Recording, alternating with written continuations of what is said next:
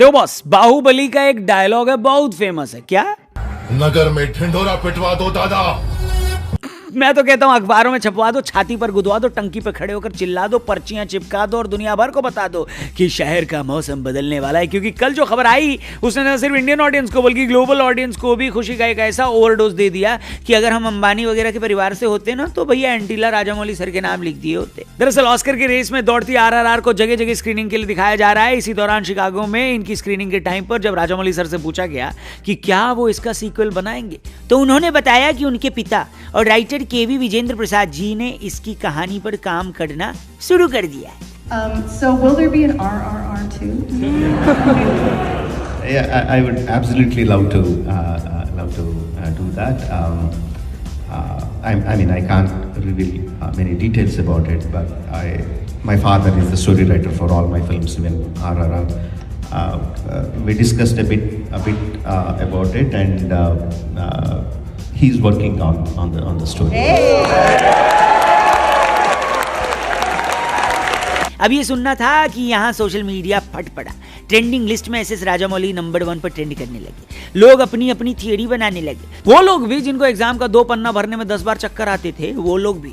RRR वो film है जिसने इंडिया को ग्लोबल लेवल पर रिप्रेजेंट किया है, एक ऐसी फिल्म जिसको बनाते टाइम मेकर्स ने भी नहीं सोचा होगा कि ये इतने बड़े लेवल पर चली जाएगी, लेकिन मेहनत और कमिटमेंट से काम करने का रिजल्ट कुछ ऐसा ही मिलता है।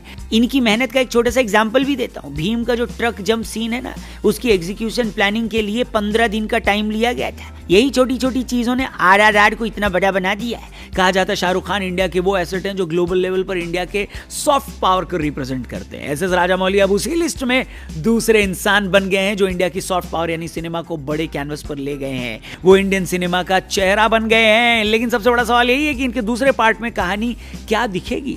मल्ली छूट गई है, रसल की छाती पर गोली उतार ही दी गई है, तो अब आगे क्या होगा? देखो, मुझे लगता है 2 तरीके से इसको दिखाया जा सकता है। First approach, continuity.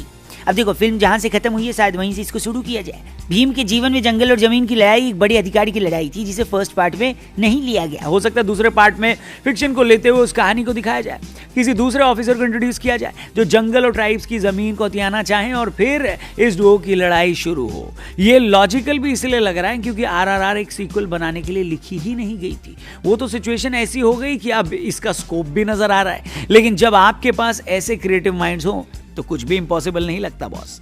दूसरा अप्रोच ये हो सकता है कि नई कहानी लिखी जाए। अब ऐसा नहीं कि RRR को अल्लूरी सीताराम राजू और कोमुराम भीम के ही नजरिए से दिखाया जाए। फिल्म का नाम राइज, रोड और रिवोल्ट का मतलब ही था कि इंपीरियलिज्म के खिलाफ विद्रोह। ऐसे में 2 अलग फ्रीडम फाइटर्स के नजरिए से भी इस कहानी को दिखाया जा सकता है। मेरे को तो इसका यूनिवर्स भी बनता दिख रहा है क्योंकि RRR में दिखाए गए दोनों फ्रीडम फाइटर्स रियल लाइफ में कभी मिले ही नहीं थे।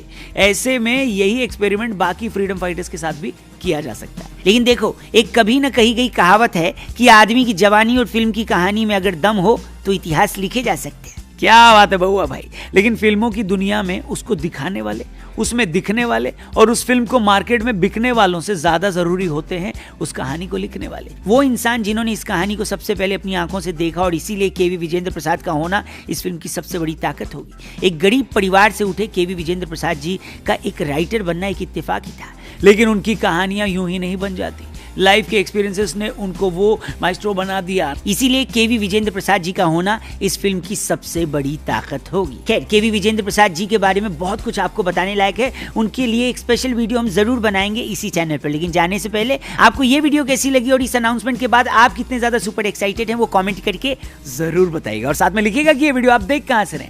जाने से पहले हमारे चैनल को सब्सक्राइब करते हुए जाएंगे तो हमको बहुत अच्छा लगेगा। बाकी और किस चीज का रिव्यू देखना चाहते हैं वो भी कमेंट कर सकते हैं। जल्दी मिलते हैं आपसे इसी चैनल पर एक और जबरदस्त वीडियो के साथ। बाय बाय, टेक केयर, जय हिंद। और हमें इंस्टाग्राम पे भी राम राम जरूर बोलिएगा। सी यू।